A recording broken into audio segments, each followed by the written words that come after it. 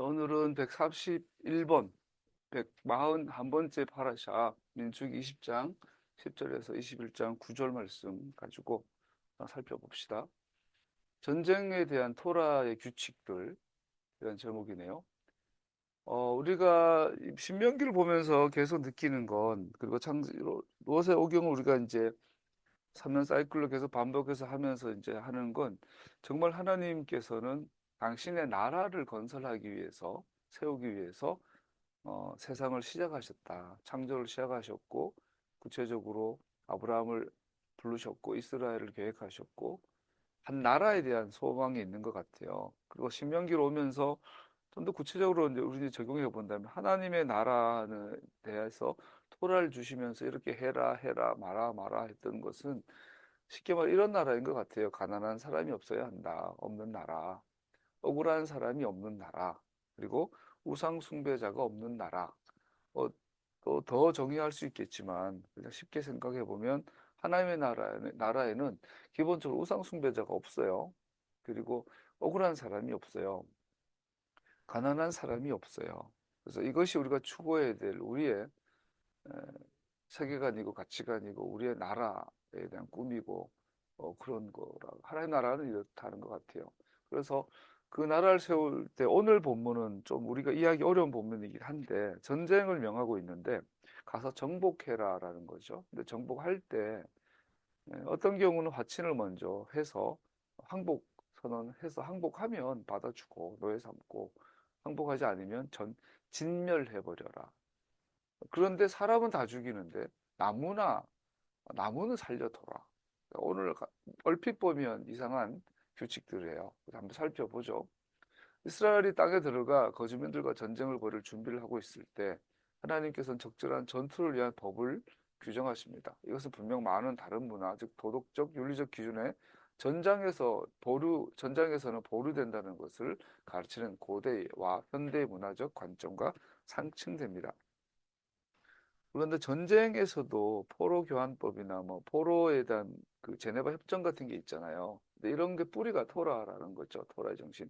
그래서 기본적으로 토라에서는 전쟁 중에서도 어, 사람을 소중히 여기고 생명을 함부로 다뤄서는 안 되고 인권을 함부로 다뤄서는 안 된다는 것이 토라의 기본 가치다. 그래서 사실 현대의 교전 규칙을 확립하는 것은 유대교와 기독교의 공동의 윤리에 기초한 현대 국가들에 대한 토라의 영향입니다. 그래서 이 토라가 기독교 안에 영향을 미치고 기독교가 서구화되고 서구가 전 세계 헬레니즘이 전 세계에 퍼지면서 서구화도 함께 되면서 기독교 정신의 바탕, 결국은 토라의 바탕이다라고 말하죠. 지금 이제 유튜브가 발달해서 우크라이나 러시아 전쟁을 보면 정말 끔찍하잖아요. 서로 이제 21세기에 참호 전투가 시작된 게 특징이죠. 우크라 전쟁. 또 특징이 우크라이나 전쟁에서는 탱크 같은 전차들이 무용지물 되는 걸 보게 되고 드론이라는 완전 새로운 개념의 전장의 분화가 됐고 그러다 보니 이제 사람이 날아가는 요만한 드론이 지나가 막 빌어요.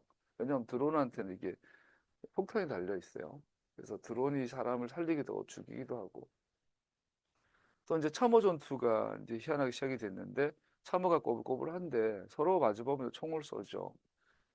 수류탄 던지고 유튜브를 보면 그대로 나와요. 우크라이나군이 러시아군 애들 쏘니까 그 자리에서 사람이 총 맞으니까 그냥 소리를 못 하더만요. 그냥 콕 꼬꾸라져요. 꼬꾸라져요. 그런데 이제 전쟁에서도 윤리라는 게 과거에는 막 많이 사라지죠. 그런 전투, 특히 전쟁이 아니라 그런 작은 소규모 전투에서는 윤리를 찾아볼 수는 없죠. 죽고 죽이냐의 싸움이니까. 그러나 최소한 뭐 그런 게 있잖아요. 등을 보이는 적은 쏘지 마라. 흰 깃발을 흔들면 항복으로 받아준다거나. 그 옛날에 이제 서부 개척 시대에서도 미국 같은 경우도 이제 총을 쏠 때 먼저 쏘지 않죠. 하나, 둘, 셋 하고 동시에 쏴서 누가 더 빨리 쏘냐. 그래서 맞아 죽는 거에 대해서는 불법이 아니었고 뭐 이해해주고 막 그랬잖아요. 근데 뭐 등을 보고 쐈다거나 항복하는 사람을 쏜다면 그때 이제 불법이 되는 이런 전쟁에서조차 윤리와 이제 이거 지금 하는 것이 토라 영향이다라고 볼 수 있죠. 전쟁이 한창일 때도 우리는 생명은 소중하고 전쟁에 무고한 희생자가 항상 있다는 것을 기억해야 합니다. 전쟁에서도 도덕률은 있습니다. 그러나 역사 가운데서 사실은 이것은 그냥 눈 가리고 아웅이라고 볼 수 있겠죠. 현대 이슬람 테러 정권들은 이슬람이 테러를 벌일 때는 뭐 사실 그런 건 찾아볼 수 없죠. 우리가 이스라엘 욕하지만 먼저 이슬람이 자기들 아지트를 병원 지하에 두고 학교 유치원 교실을 자기의 사무실로 두고 자기 그 작전 지휘부로 두고 이렇게 하니까 어, 민간인들의 희생이 없을 수밖에 없는 그런 전략을 구사하는 것 자체가 전쟁의 윤리를 벗어난 거죠. 일본이 잔인하다고 요거도 먹는 것도 2차 대전 때 포로 수용소에서도 일본 포로 수용소에서는 대부분 비인간적이고 학대를 하고 또 포로들을 상대로 생체 실험을 하고 일반적으로 일본 부대는 다 그랬다고 하죠. 또 나치 정권. 어떤 티베그 목사님도 미국 사람이다 보니까 이런 이야기할 때 나치 정권 예를 들지만 사실은 일본 애들이 나치 정권보다 더 잔인하고 더 잔혹했죠. 현대도 미얀마 내전 같은 경우도 전쟁의 도덕이라는 게 사라져 있죠. 때때로 우리는 전투 중에 우리 군사들의 윤리적 행동들을 판단하기 위해 군사 법정을 소집하는 것을 의아하지만 바로 그런 법정이 존재하는 것이야말로 야만적 국가와 시민 국가를 구별하는 것입니다. 그리고 이 차이를 확립한 것이 바로 토라의 근본적 가르침입니다. 본문을 시작하면서 그 땅 밖의 도시를 규정하는 공격하는 규정들이 주어집니다. 이스라엘 군대가 먼 곳, 그래서 이스라엘에서 멀다고 표현되어 있는 이것은 어, 그 땅에 떨어진 외곽 도시 위주로 볼 수 있겠죠. 떨어진 도시에 가까이 갈 때 그들은 먼저 그 도시의 평화를 제안해야 했습니다. 만약 그 도시가 그 제안을 받아들이면 그 백성들은 이스라엘의 노예가 되고 토라에서 종이나 노예를 위해 명하신 권리를 제공받습니다. 그래서 사친을 얘기했을 때 항복하면 죽이지 않고 노예로 삼아서 노예 규정을 따라 처해졌던 걸 볼 수 있죠. 만약 평화의 제안을 거절하면 그러면 전투가 벌어지고 모든 남자들은 처형되었고 여자들과 아이들은 남겨졌다. 마찬가지로 성 안의 모든 것들과 가축들은 전리품들이 되었다. 이게 토라의 기본 전쟁 수칙, 교전 수칙이 되죠. 그러나 그 땅 안에 있는 요새하던 요새 도시들에 대해서는 다른 명령을 내립니다. 하 고임 하 엘레 했나 즉 성경에서 이제 멀리 있다, 먼 도시라고 말하는 것은 그 땅 밖을 의미해요. 그런데 가까이 있는 도시란 말은 그 땅 안에 있는 도시들, 가나안 7족들을 말하죠. 그래서 오늘 본문에는 6개, 가나안족, 뭐 기르가스족, 여보수족 이렇게 나오는 게 6개가 나오지만 신명기 7장에 보면 7개 국가가 최종 가나안 7족이 되죠. 걔네들은 완전히 파괴하라.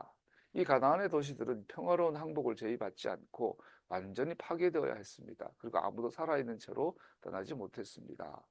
이러한 국가들을 파괴하는 주된 이유는 그들의 악마 숭배 종교가 불가피하게 이스라엘에게 신을 무시하고 그들의 혐오스러운 행위를 따르도록 영향을 미치기 때문이었습니다. 그래서 오늘 본문의 토라 수치 가장 큰 특징이 그거죠.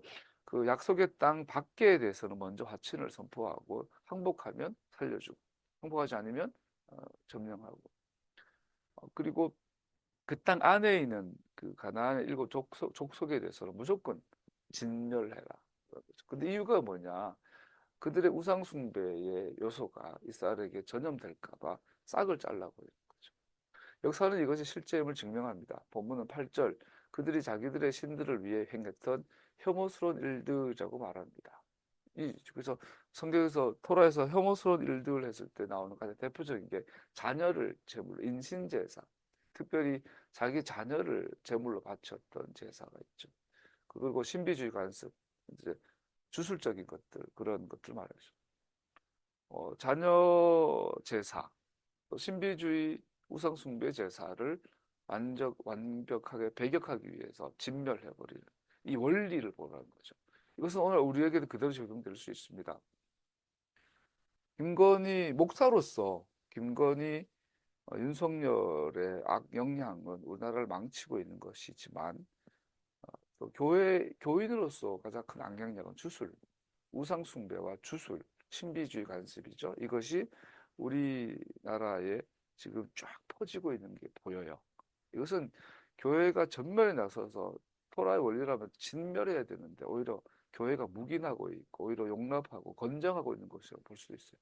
목사들이 나와가지고 앞서서 막 김건희 대가리에 손 얹고 축복하고 여러분 목사님들이 어떻게 윤석열과 김건희를 축복합니까? 걔네들의 축복을 받을수록 우리나라는 더 우상숭배가 많아질 텐데 있을 수 없잖아요. 그리고 자녀제사라는 거죠.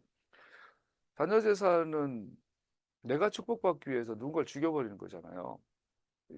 확대한다면 심지어 내가 잘되고 축복받기 위해서 액땜하기 위해서 자녀를 제물로 바쳐버리죠. 지금 일본 김건희랑 윤석열이가 갖고 있는 윤석열이 고모가 남녀 호랭개교죠. 그래서 남녀 호랭교고뿐 아니라 일본에 주술이 들어왔어요. 윤석열 통해서 이태원 참사가 일어났는데 그 양쪽 벽이 분홍색 벽이에요. 그래서 분홍색 벽이고 거기 중간에 일본의 유명한 사제가 무당이 이 무당이란 이 미친놈이 와서 일본식 제사를 드렸어요. 그거 이번에 열린공감 TV에서 2주 전에 그걸 보도했더니 그 사이에 지금 이태원 벽이 파란색으로 바뀌었어요. 이렇게. 그거 일본 주술은 우리나라 정반대라고 우리나라의 민속과 주술은 사람이 예를 들어서 어떤 사람 흉가라 그러면 사람이 죽으면 흉가라 그래요. 그래서 거기 사람이 안 살아요. 귀신의 집이라고 어, 거기를 멀리해요. 부정탄다고. 근데 일본은 정반대라 그래요. 어떤 집에 사람이 죽으면 그 사람의 죽은 영혼이 어디 가는 게 아니라 그 집에 머물러서 거기에 살고 있는 사람들을 보호해주고 축복한다라는 거죠. 그래서 나한테 나쁜 것들은 그 죽은 귀신이 갖고 가기 때문에 오히려 죽은 사람들이 있는 그 장소나 그 공간을 더 좋아한다 그래요. 아크로비스타 삼풍백화점에 세워졌고 또 최은순이가 자기 선산 바로 밑에 삼풍백화점하고 똑같은 건물을 지어가지고 거기 사람 시체를 보관하고 지금 다 드러났잖아요. 그 증거가 다 나왔잖아요. 용산 대통령실이 이름이 무덤산이죠. 무덤산. 해골산. 공동묘지죠. 더군다나 일제시대 때 사람이 목 잘려주고 팔 잘려주고 내장 터져서 죽은 시체들. 그래서 그 가족들이 제대로 장례를 치르지 못하고 그냥 파묻어 버린 그 무덤산. 그 위에 용산 국방청사가 있고 거기에 이제 대통령실이 있죠. 얘네들 일부러 무덤을 찾아다녀요. 죽음을 찾아다녀. 이게 일본의 주술이고 오늘날의 자녀 인신제사의 사고방식이라고 볼 수 있겠죠. 전형적인 이 우상숭배 한국에 진짜 들어와서 뿌리를 내리고 있어요. 대통령과 정신 나간 이 여자를 이 전술 얘네들 통해서. 근데 목사들이 가서 걔네들 대가리 손 얹고 축복을 하고 있어요. 잘 되게 해달라고. 어, 우리나라로 적용하는 거죠. 전 세계도 지금 이런 일들이 비일비재한 것 같아요. 토라와 정반대되는 모습을 보고 있습니다. 그것은 믿음이 아니라 가난한 도시들을 향해 그렇게 끔찍하게 다루게 되는 혐오스러운 간섭들이라는 사실을 알아야 합니다. 그래서 이 부분에 대해서는 토라에서 분명히 말하죠. 진멸해라. 남자, 여자, 노인과 아이 상관없이 다 없애라. 완전히 박멸해라 말하고 있죠. 라피들은 그 땅의 도시들에 대해 규정된 극단적 조치들에 대해 고심하였습니다. 너무 심하지 않아? 어떻게 아이들까지? 그들은 우리의 파라샤와 평행 본문들을 조건적으로 이해합니다. 몇몇 라피드에 따른 만일 가난한 도시들이 노아의 법을 기꺼이 복종하고자 한다면 그들은 살았을 것이다. 그래서 이제 라피들이 이게 너무 심하니까. 근데 실제로 보면 어,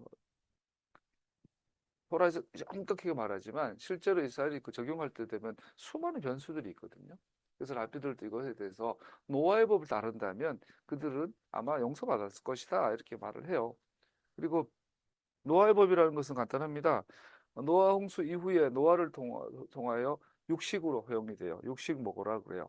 그리고 고기를 먹을 때 피가 있는 채로 먹지 말아라. 피는 생명에 있다. 생명이 있는 피를 흘리게 하는 자는 반드시 내가 보복하겠다. 그러니까 생명이 피에 있으니까 피 흘리는 자는 내가 반드시 보복한다. 이게 노아의 법이거든요. 노아의 기본 가장 근간인데 이것처럼 진멸해야지만 이들이 이런 노아의 법을 지켰다면 그들은 아마 정상 참작이 됐을 것이다. 이렇게 말을 해요. 근데 여러분 사실 되게 웃긴 게 토라를 보면 사실 되게 건방집니다. 표현하기 좀 그렇지만 고고학적인 관점이나 그 당시의 정세를 보면 이렇게 자신만만하게 야 니들이 가서 누구는 용서해주고 누구는 진멸해 들어보면 되게 이게 건방진 이야기예요.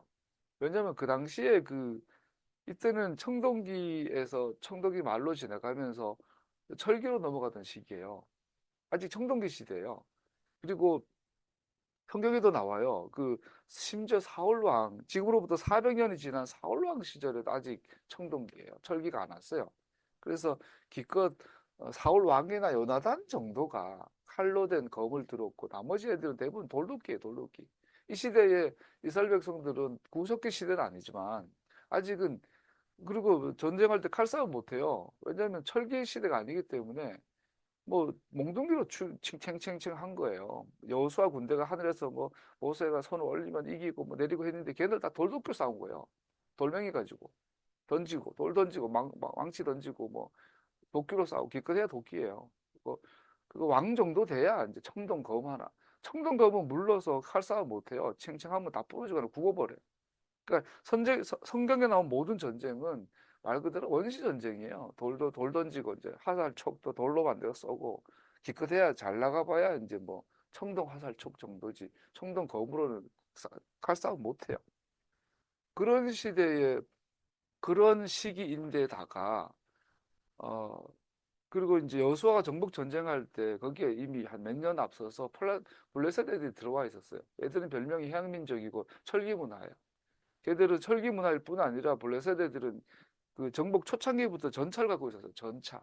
전차를 뭐 오늘 하면 K2 최신형 장갑차예요. 돌도끼 가지고 추운데 끼어나도 전차 못 이겨요. 걔들은 뭐 칼 들고 있어요. 칼. 철로 된 칼. 그러니까 다윗도 끝까지 정복 못했어요. 이 블레셋 애들은. 블레셋은 끝까지 이스라엘한테 안 져요, 애들은. 그러니까 지금 이 모세와 여수와 이 부대는 정말 억지조에다가 400년 동안 노예 생활했고 군사훈련 한 번도 받은 적이 없는 애들이고 그리고 40년 동안 광야에서 100명 돌던 애들이야. 얘네도 농사 짓던 애들이에요. 얘네들이 뭐 갑자기 가나안에 와가지고 그 당시에 도시를 이뤘다 그래요. 가나안 7쪽은 도시 국가예요. 그 당시에 도시를 국가 있다는 것은 굉장한 군사력과 정치력과 힘이 있다는 거거든요. 그리고 얘네들은 이스라엘 애들은 아직 도시는커녕 불학도 형성 못하고 있는 상태예요. 절대로 못 이겨요, 싸워서. 그런데 토라가 야 가거든 어떤 놈 살려주고 어떤 놈 반대 죽여 그러면 옆에서 웃어 웃기고 있네. 말 되는 소리를 해. 전생이 UFC 진출해가 이기겠다는 이야기야 이렇게 나오는 거죠. 그래서 토라는 이런 환경을 보고 봤을 때 이 토라가 전하는 이 메시지가 얼마나 절박하며 얼마나 믿음을 요구하는 건지를 보게 돼요. 우리가 지금 읽으니까 그렇지만 이때로 돌아가면 모세 공동체, 여호수아 공동체는 와 정말 믿음 외에는 무기가 없어요.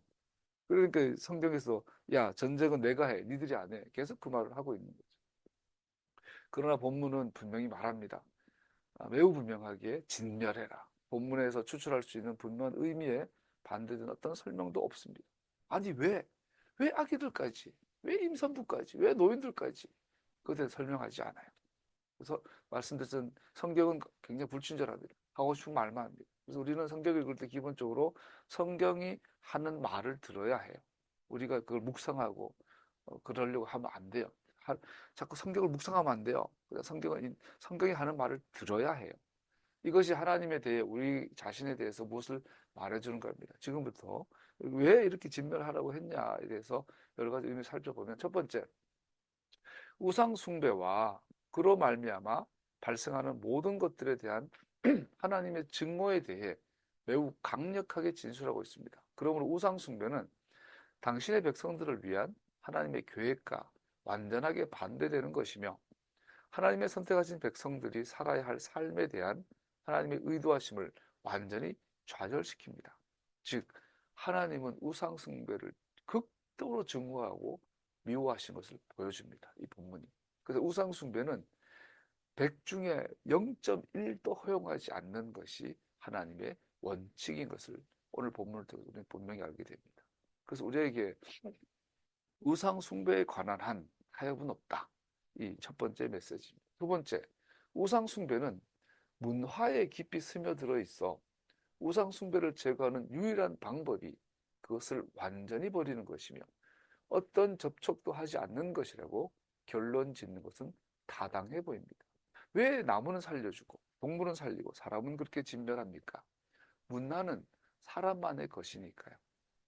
그리고 사람과 사람, 관계, 관습에 녹아 있는 것이니까 사람을 제거해야 이 문화가 멸절이 되죠. 그래야 그 안에 있는 우상숭배 문화도 사라지는 거죠. 이 말은 오늘날 우리 문화 속에 우상숭배 요소가 들어오지 않도록 또 들어왔다면 철저히 분별해서 배격해야 한다는 것을 보여줍니다. 그래서 어, 우상숭배를 제거하는 유일한 방법은 그것을 완전히 버리는 것입니다. 어떤 접촉도 하지 않는 것이라고 결론 짓는 것이 타당해 보입니다. 두 번째, 다시 반복하는 거죠.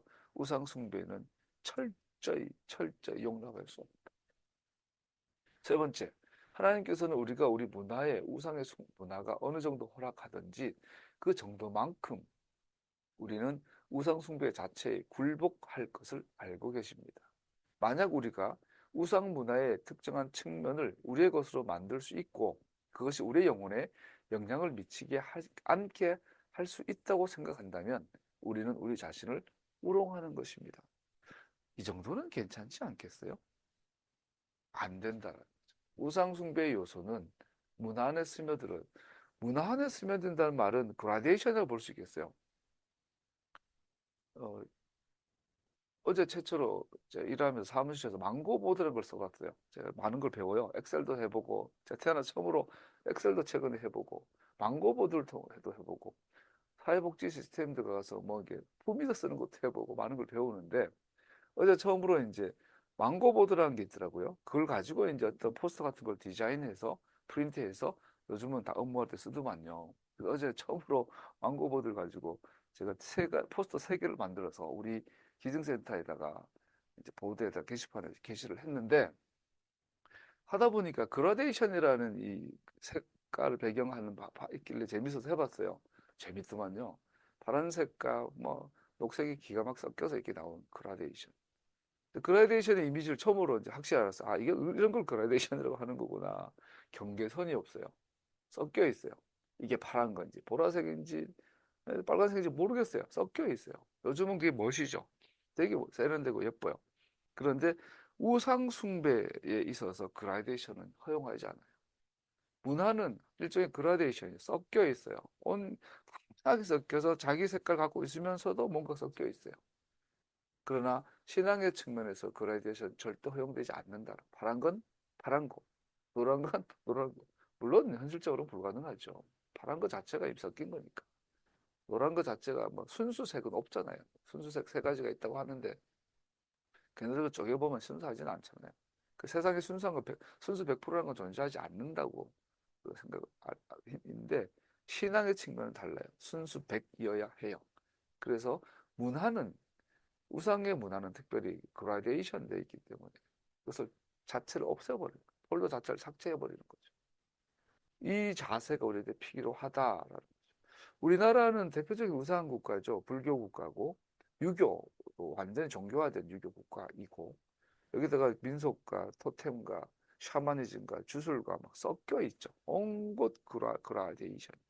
장례식장 가보면은 한눈에 드러나죠. 까만 옷을 입어요. 일본 문화죠. 또 근데 일본 문화인데 그것도 상에서 들어온 일본 문화죠. 흰 국화를 받죠. 이거 일본 문화죠. 흰 장갑을 껴. 이거 일본 거죠. 조선의 문화가 아니에요. 그리고 뭐 장례식장 가면 사구제, 뭐 사실 삼일 사무제, 뭐 사구제, 뭐 이런 거 다 불교 칠성판 문화 이런 거요. 우리 장은 어머니 몇 달 전에 돌아가셨을 때 연대 세브란스에서 보람상조에서 이제 하는데 와, 나 진짜 작은 어머니 시신을 깨끗하게 그냥 면포로 덮으면 될 걸 가지고 거기에다가 하늘 황제의 여왕이 되기 기원한다고 기독교적으로 막 기독교와 우리나라 샤바즘 섞어 가지고 막 왕관 모양으로 이렇게 막 사람 수위를 했어요. 너무 징그럽더라고. 영화에서 나온 좀비 보는 거 왜 저렇게 할까? 기독교와 우리나라 샤머니즘 섞인 거예요. 또 우리는 잘라야 될 필요가 있다라는 거죠.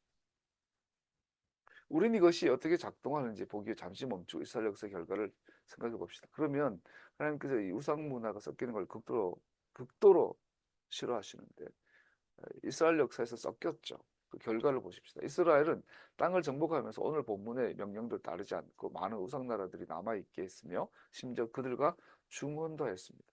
그 결과 그들은 이스라엘의 올가미가 됐고 하나님께서 그들을 위해 이미 말씀해 주신 것처럼 우상 숭배가 섞이게 되었습니다.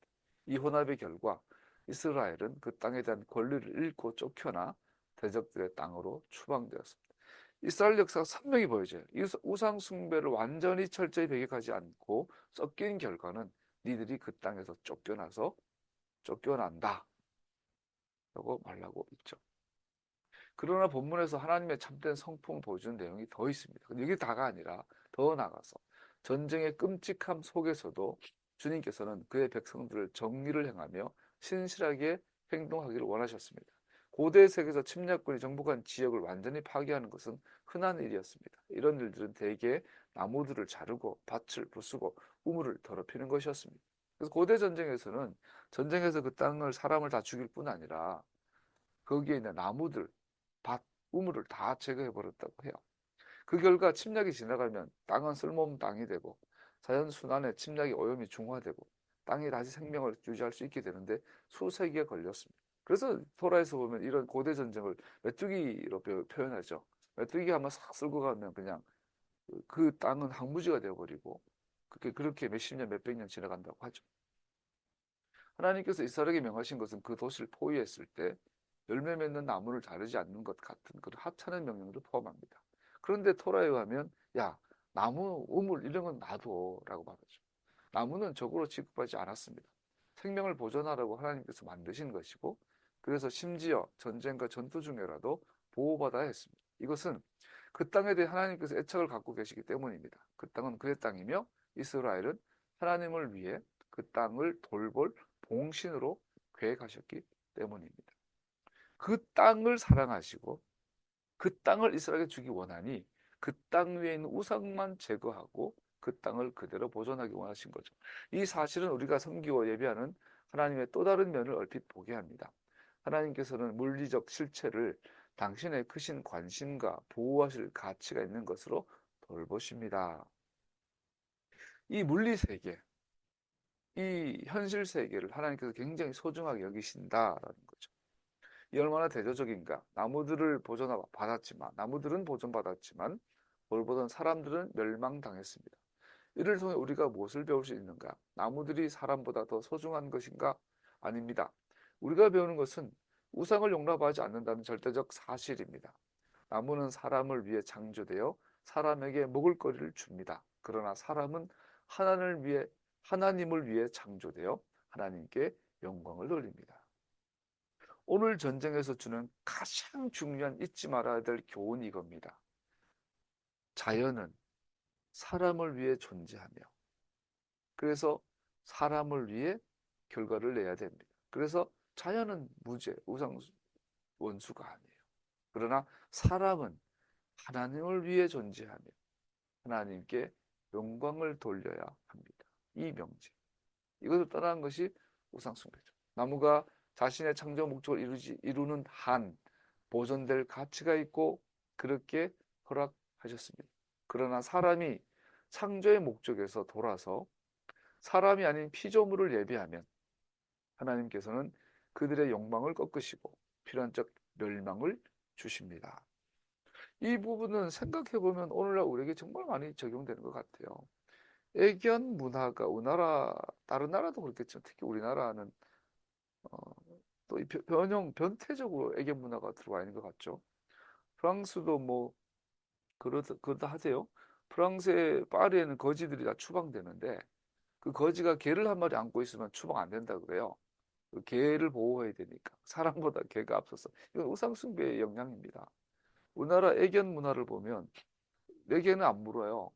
어떤 친구가 글을 올렸어요. 친구 집에 놀러 갔는데 강아지가 자기 뒤꿈치를 물어서 피가 나는데 그 친구란 놈이 자기 강아지 안더니 야 우리 애는 등을 안 보이면 안 물어. 네가 등 보여서 물린 거야. 너무 어이없어서 이제 친구랑 그 관계를 끝냈다. 이런 글이 올라왔대요. 최근에 애견 문화 보면은 정말 답답하죠. 근데 이제 최근에 이제 댕쫑 뭐그 어떤 젊은 못생긴 교육하는 강아지 교육하는 사람들이 좀 속 시원하게 하는 젊은 친구 하나 있죠. 강아지가 뭐라 그러면 발로 뻥 차버려 그냥 옆구리 이걸로 찌르고. 그랬더니 강아지가 금방 교정이 돼요. 개는 개답게. 그게 개를 위한 거다. 요즘 호응을 얻고 있죠. 개는 개답게. 강아지 사랑스럽죠. 강아지 키우는 게 너무 사랑스러울 것 같아요. 그러나 사람보다 먼저 나면 안 되겠죠. 사람은 하나님을 위해서, 자연은 사람을 위해서 이 원리를 분명히 지켜야 한다. 우상숭배의 기본 기초인 것 같습니다. 이러한 정의의 특성은 살인범이 발견되지 않는 살인사건을 다루는 과정을 기술하는 글에서 다시 한번 강조됩니다. 여기서 무죄를 분명, 그래서 어떤 도시가 있는데 그 도시 주변에 옆에 공터에서 사람이 죽었어. 근데 분명히 이제 정황상 이 마을의 사람들이 이 마을에서 누군가가 사람을 살해했을 가능성이 굉장히 높죠. 그럴 때 그 시신이 발견될 가장 가까운 도시에 마을의 원루가 나와서 어, 짐승을 잡아서 들판에서 제사를 지내야 했어요. 이 성읍의 장로들은 붉은 암소로 손을 씻고 원로들은 그 사람을 학살한 일과 전혀 상관없다. 그들이 도시의 대표자로서 결벽을 유지하고 있다는 고백을 상징하는 것을 의심할 여지가 없습니다. 즉, 어, 이게 무연고 시신이잖아요. 이게 길에서 그 사체로 발견됐잖아요. 살인, 살해 원인, 죽음의 원인을 모르는 시체가 있을 수, 특히 과거에는 이랬을 때 우리는 결백하다라는 것을 밝혀야 된다. 그들이 살인이나 범죄를 저지른 사람에 대해 아무것도 모른다는 사실을 강조해야 했습니다. 그러므로 비록 그 살인 사건이 법정의 판결을 통해 해명될 수는 없지만 도시는 그 자체로 그 사건 전체에 대해 결백을 고백하게 됩니다. 요점이 뭘까요?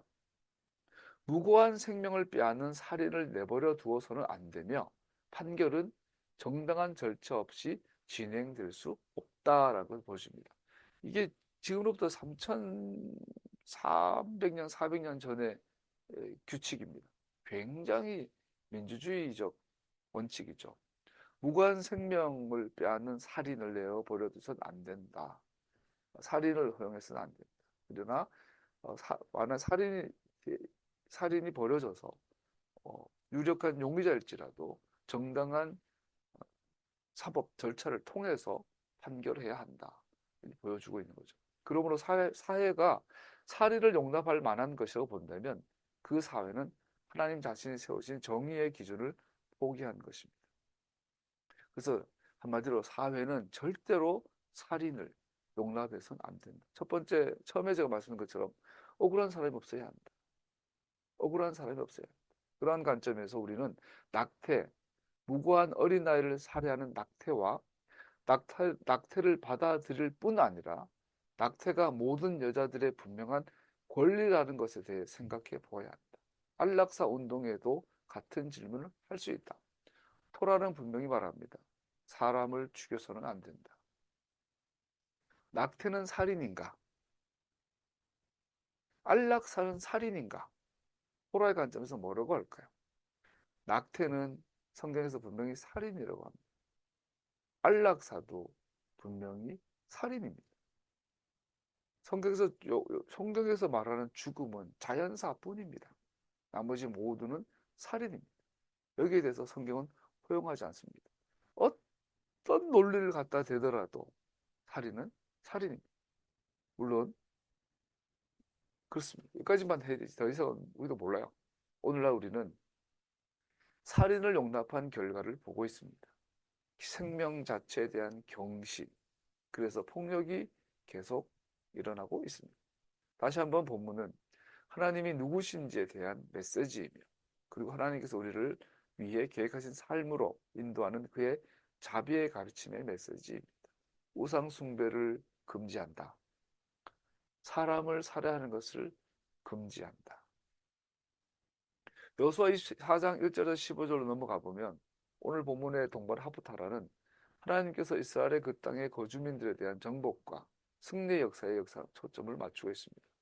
우상 숭배와 관련한 것에서 완전히 떠나 전심으로 주님을 섬기라는 여호수아의 간곡한 권면을 포함하고 있습니다. 하프터라의 끝에 여호수아의 선언은 모든 가장들에게 모범이 됩니다. 그러나 나와 내 집은 아도나이를 섬길 것이다. 그래서 오늘 여호수아 본문의 끝에 보면 이렇게 말하죠.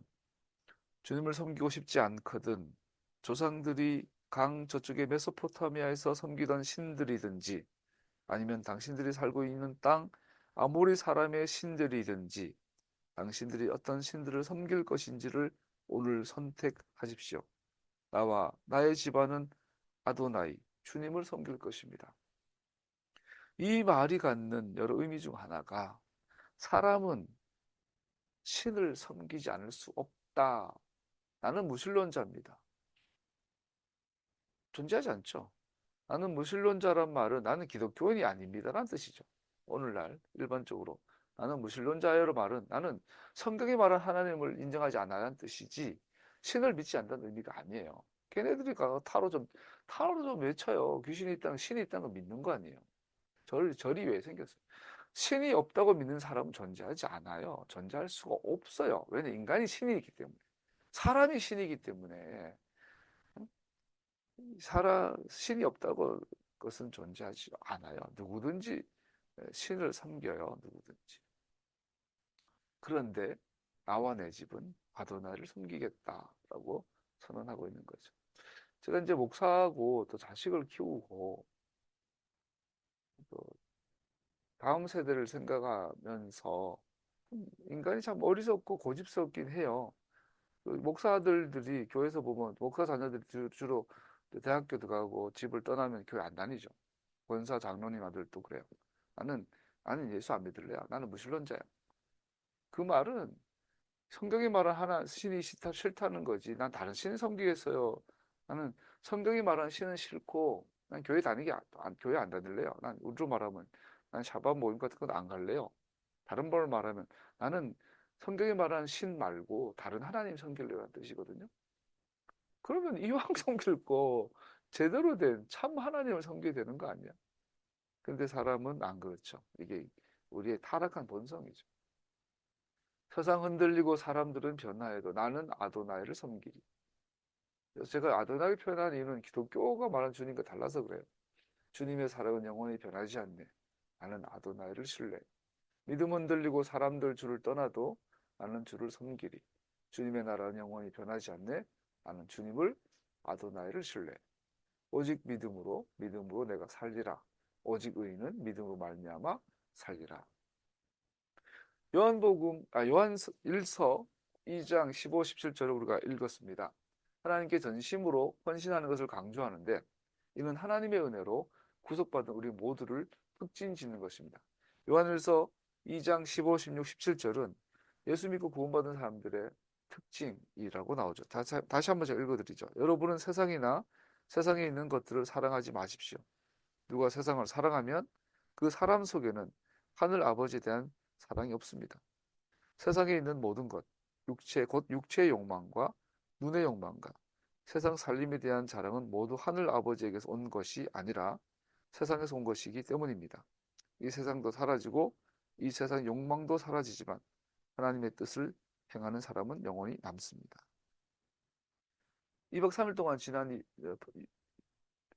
뭐지 부산 여행을 했어요. 장애인들을 데리고 부산 이것저것을 들여다보면서 굉장히 좋은 그 레지던스라 그러더라고요. 호텔도 아니고 뭐 그런 아주 뭐 55층까지 있는 그 건물에서 묵었어요. 그리고 부산에서 맛있다라는 뷔페집, 호텔 뷔페집, 5성급 호텔 뷔페집에서 밥을 먹고 유명한 오마카세도 가보고 빌면도 먹어보고 장애인들 데리고 이제 2박 3일 여행을 하는데 제가 부산 여행은 처음이에요. 20년 만에 방문한 것 같아요. 그래서 뉴스에서도 보던 광안리 대교도 처음 보고 LCT, 센텀시티 같은 건물도 처음 봤어요. 우와, 깜짝 놀랐어요. 서울은 아무것도 아니야. 서울은 고도 제한이 있는데 부산은 고도 제한이 없으니까 기본 50층이야. 기본 63 빌딩이야, 얘들은. 어마어마하더라고요. 광안리에서 여트를 타고 밤에 야경 구경 갔는데 센텀시티 정말 상상을 초월하고 화려하더만요. 부산 어마어마하게 발전했더라고요. 그런데 알잖아요. LCT에서 윤석열이가 부산 상호 신용금융공고를 가지고 무슨 짓을 했는지, 박형준 시장이 LCT에서 무슨 불법과 비리와 음란을 행했는지 우리 너무너무 잘 알죠. 저 화려한 도시 이면에 너무나 더럽고 추악한 야망과 욕망들이 막 꿈틀거리는 불구덩이들을 보죠. 어제 최해병 특검 청문회를 봤습니다. 야, 해병대 별 2개 사단장이면 명예의 끝판왕이거든요. 사단장이, 군대 갔다 온 사람 알죠? 사단장이 별 2개의 장군이 일개 중령 앞에서 자기 부하를 죽음에 내몰아는 것에 대해서 그 초잡한 변명을 하는 것을 보고 군인의 명예는 어디 갔는가? 억울해도 자기 부하와 말다툼하지 않는 게 장군이거든요. 해병대, 더구나 해병대 장군쯤 되면 만약에 억울하더라도 자기 밑에 있던 부하 장교들과 말싸움하고 있는 것은 상상하지 못하는 거예요. 장군이라면 차라리 내가 감옥 갈게라고 다 덮어 쓰는 게 장군의 명예인데 어떻게 장군이 일개 영관급 장교랑 위관급 장교랑 말싸움을 하냐고요. 네가 올래 내가 올래. 이렇게 무너졌어요.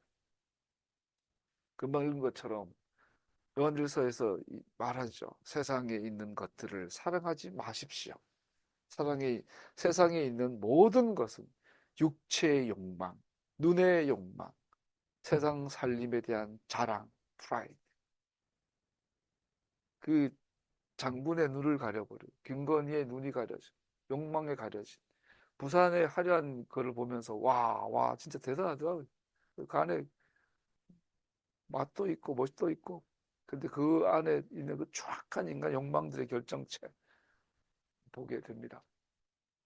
이 송파에 있다 보니까 이 롯데타워를 보게 되잖아요. 고등어. 신격고 회장이 20대에 일본을 건너가서 풋풋했던 문학소년. 신격호 회장 시인인 거 아세요? 그 양반은 문학소년이에요. 굉장히 글과 문학과 소설, 글과 소설과 시를 사랑했던 청년이 신격호라고 해요.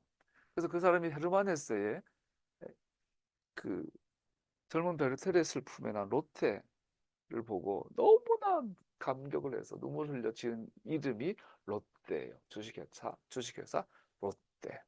그래서 한때는 롯데 그러면은 정말 순수한 순결한 20대 10대 여자아이의 그, 그 사랑을 위해서 목숨도 바치는 그 대명사가 롯데였어요. 근데 그 롯데가 지금 한국 사회에서는 탐욕의 대명사가 됐죠. 그 결정체가 롯데타워죠. 세상의 것들을 사랑하지 마십시오. 이 세상도 사라지고 이 세상의 욕망도 사라지지만 하나님의 뜻을 행하는 사람은 영원히 남습니다. 왜 세상은 계속해서 반역의 세속적 방법으로 하나님의 자녀들의 주의를 끌고자 할까요? 왜 사도 요한은 세상을 사랑하지 말라고 우리는 권면할까요? 왜 목사 자식들은, 왜 장로 권사 자식들은 머리 굵어지면 나는 교회가 싫다고 교회를 떠날까요? 왜 사람들은 하나님 없다 그러고 그 하나님 없이 사는 것을 좋아할까요? 그 대답은 우리 안에 남아있는 죄성으로 우리는 세상의 친구가 되기 때문입니다. 오직 하나님의 은혜와 성령님을 통하여서만 우리는 육체의 행위를 끝낼 수 있고 그에게 구별된 삶을 살 수 있습니다. 성령 충만은 표적과 기적과 이사를 나타내는 것이 특징이 아니라 성령 충만은 예수님 입에서 나오는 모든 토라를 기억하게 하여 즉 예수님의 입에서 나오는 그 토라의 말씀이 꿀보다 달고 너무너무 맛있고 즐겁고 행복해서 그 말씀에 순종하는 것이 세상에서 주는 즐거움보다 더 크게 하는 것이 성령 충만함이죠. 그러나 우리는 반드시 이 전투에 능동적으로 참여해야 합니다. 그러면 어떻게 해야 합니까? 제가 53년을 살았는데 53년을 실패했고 53년을 패배했습니다. 그러면 포기해야 합니까? 아닙니다. 우리는 반드시 이 전투에 능동적으로 여전히 참여해야만 합니다. 우리는 성령님께 복종하는 법을 배워야 하며 악한 자에게 대적하는 것을 배워야만 합니다.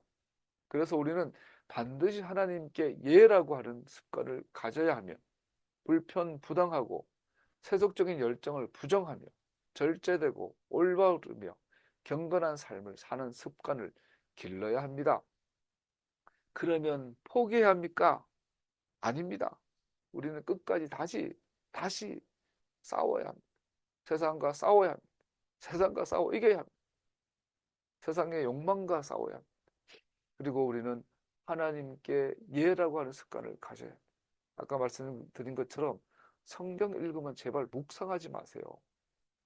묵상해가지고 온갖 합리화해서 지인데 맞춰서 착착착. 그 어벤져스 보면은 그게 뭐죠? 날아다니는 자비스 있잖아요. 날아다니는 있잖아요. 그 누구지? 있잖아요. 로버트 드니로 하는 그 캐릭터 갑자기 기억이 안 나네. 뭐 로버트 옷 입고 막 날아가는 애 있잖아요. 걔 보면은 멀리서 이제 띡 누르면은 멀리서 막 팔 날아오고 다리 날아오고 슈트 날아오고 착착 입고 막 날아가잖아요. 너무 멋있어요. 아이언맨. 아이언맨 부분 너무 멋있어요. 그래서 우리가 성경을 읽으면서 묵상을 자꾸 해요. 아멘, 아멘. 큐티를 막 해. 그래가지고 그 아이언맨처럼 착착착착 하는 지가 원하는 대로 성경의 말씀을 막 해가지고 지 맘대로 살아내. 제발 그러지 말고 성경이 토라가 어디 묵상할 게 있습니까? 돼지고기 먹지 마라. 여기 뭔 묵상이 필요해요? 샤bat 지켜라. 여기에 뭔 묵상이 필요해요? 절기를 지켜라. 여기에 뭔 큐티가 필요합니까? 내 이웃의 것을 탐내지 마라. 살인하지 마라. 거짓말 하지 마라. 뭐 거기에 묵상이 왜 필요해요? 큐티가 왜 필요해요? 그냥 예 하면 되잖아. 우리는 하나님의 말씀에 예하는 습관을 가져야 세상을 이깁니다. 큐티하지 말고 예하십시다. 오늘날 기독교는 큐티 때문에 망했어요. 예하는 습관을 가져야 하며 부당하고 세속적인 열정을 부정하며 샤밧을 지킵시다 그랬더니 묵상을 해. 일곱째 날이 왜 토요일인데? 왜 금요일이면 안 되고 화요일이면 왜 안 되는데? 묵상하지 마. 예해. 불편부당하고 세속적인 열정을 부정하며 절제되고 올바르며 경건한 삶을 사는 습관을 길러야 합니다. 토라를 지킵시다. 폐한 거 아니야. 20년 동안의 교회 역사를 공부하고 20년 동안의 조직 신학을 공부하고 2000년 동안의 조직 신학을 공부하고 2000년 동안의 교회 논쟁들 공부하고 그래가지고 결론이 나왔어요. 샤밧은 폐해졌네요. 묵상하지 말래니까. 디도서 2장 12절 같이 읽어볼까요? 모든 사람에게 하나님의 구원의 은혜가 나타났습니다.